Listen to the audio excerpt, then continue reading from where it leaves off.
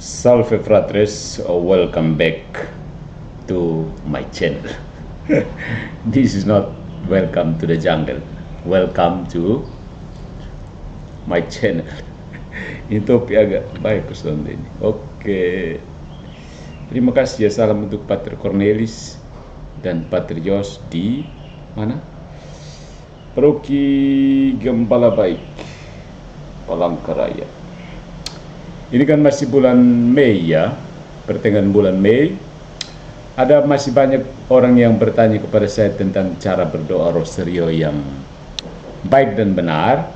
Maka pada kesempatan ini saya mengajak kita untuk mencoba mengulik-ulik lagi doa rosario. Vamonos.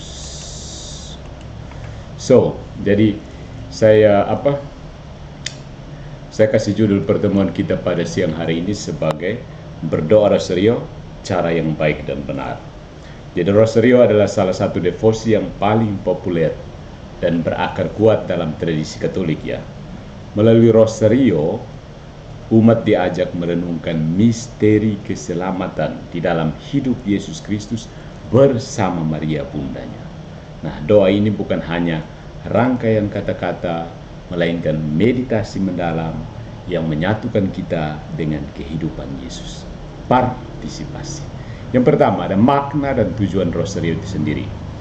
Rosario bukan sekedar doa repetitif, doa pengulangan, doa bertele-tele, melainkan jalan kontemplatif yang menuntun kita masuk lebih dalam ke dalam misteri iman Kristen, yaitu inkarnasi, sengsara, kebangkitan, dan kemuliaan Kristus.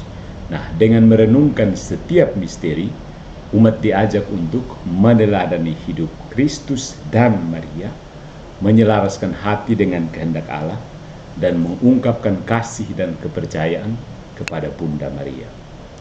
Paus Yohanes Paulus II menyebut rosario sebagai kompendium Injil. Kompendium itu maksudnya ringkasan seluruh Injil. Kompak Injil. Karena seluruh kehidupan Yesus dirangkum dan direnungkan dalam doa ini. Ya kan? Ya kan? Nah, bagaimana sebenarnya tata cara berdoa rosario? Banyak dari kita sudah tahu. Tapi anggap saja ini kita ulang kembali supaya siapa tahu kamu tidak ikut cara yang biasa, tapi sudah ikut cara yang luar biasa. Oke. Ini langkah-langkah standar ya berdoa rosario secara lengkap. Pembukaannya biasanya pada tanda salib ini kita melakukan tanda salib ya. Dalam nama Bapa dan Putra dan Roh Kudus, amin. Kemudian di sini ada biji pertama sesudah salib itu, doa aku percaya atau syahadat para rasul. Kemudian ada satu doa Bapa kami. Ya, jadi biji yang ini selain aku percaya juga Bapa kami. Kemudian ada 3 biji berikutnya, itu 3 salam Maria untuk memohon bertambahnya iman, harap, dan kasih. Dan juga salam kepada Maria dalam hubungannya dengan Trinitas. Salam Putri Allah Bapa, salam Bunda Allah Putra, dan salam mempelai Allah Roh Kudus. Masing-masing dilanjutkan dengan satu salam Maria. Salam Putri Allah Bapa, salam Maria. Salam Bunda Allah Putra, salam Maria. Salam mempelai Allah Roh Kudus, salam Maria. Kemudian ditutup dengan ini kemuliaan. Ya, jadi satu paket pembukaan atau pendahuluan. Kemudian medali ini menandai dimulainya perputaran misteri. Dan setiap misteri itu berupa satu dekade. Dekade artinya 10 ya. Biasanya dekade itu dalam bahasan sehari-hari itu artinya 10 tahun. Dekade rosario artinya 10 salam Maria. Ya, tiap 10 salam Maria. Jadi per misteri atau dalam 1 puluhan salam Maria, sebutkan misteri yang direnungkan, kemudian doakan 1 kali Bapa kami, 10 kali salam Maria, dan 1 kemuliaan. Kemudian opsional artinya boleh ya, boleh tidak usah, boleh didoakan, boleh tidak, tapi sangat dianjurkan. Bagaimana? Opsional tapi sangat dianjurkan. Ya, doakan saja.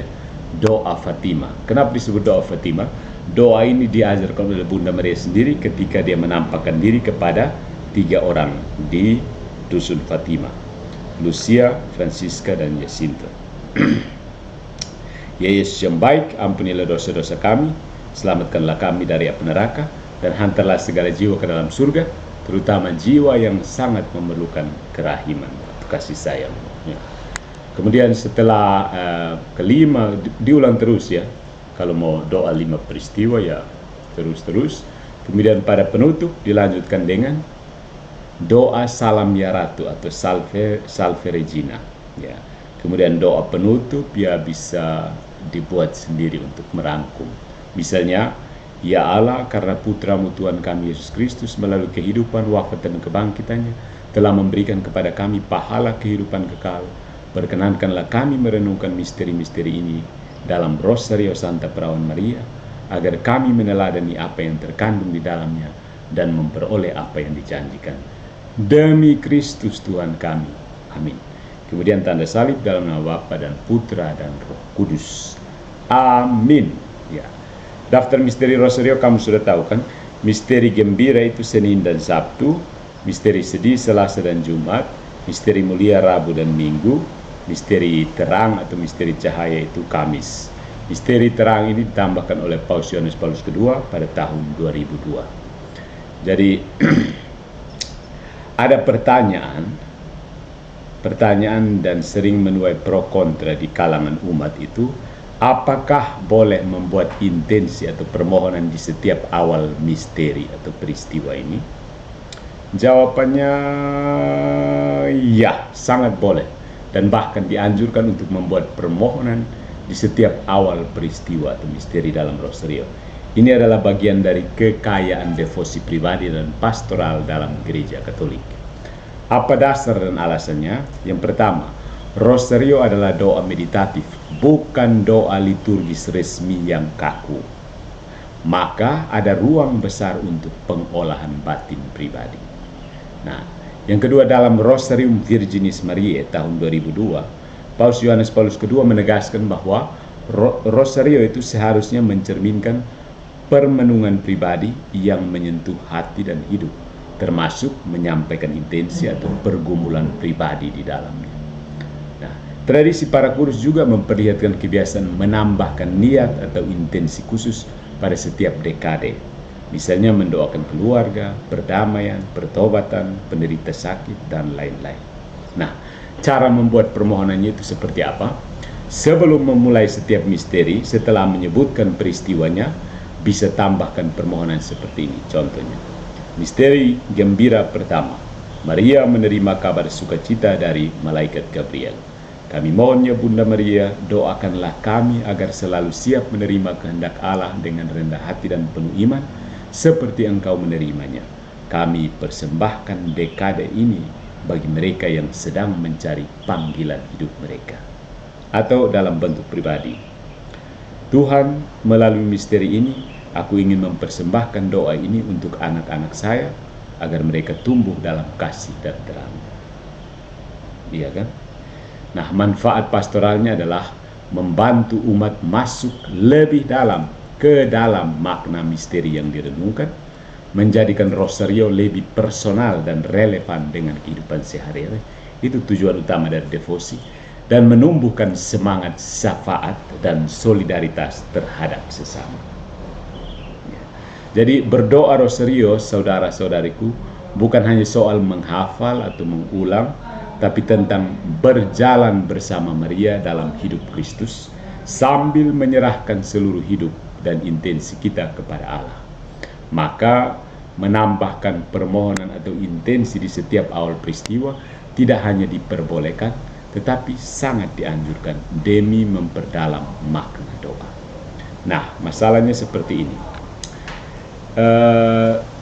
Pada bulan Mei dan Oktober itu kita selalu doa dalam kelompok, doa Rosarionya berkelompok bersama-sama dari rumah ke rumah, kebiasaan di Kusupana Kupang misalnya. Makanya masing-masing orang yang selama ini berdoa Rosario pribadi kadang-kadang membawa pengalaman pribadinya ke dalam doa bersama itu, sehingga menimbulkan semacam konflik, benturan, karena Misalnya pribadi ini mengatakan kita harus doa rosari seperti ini, B mengatakan tidak harus seperti ini. Di sini, nah, untuk devosi bersama seperti ini perlu duduk bersama untuk sepakat bersama modelnya seperti apa.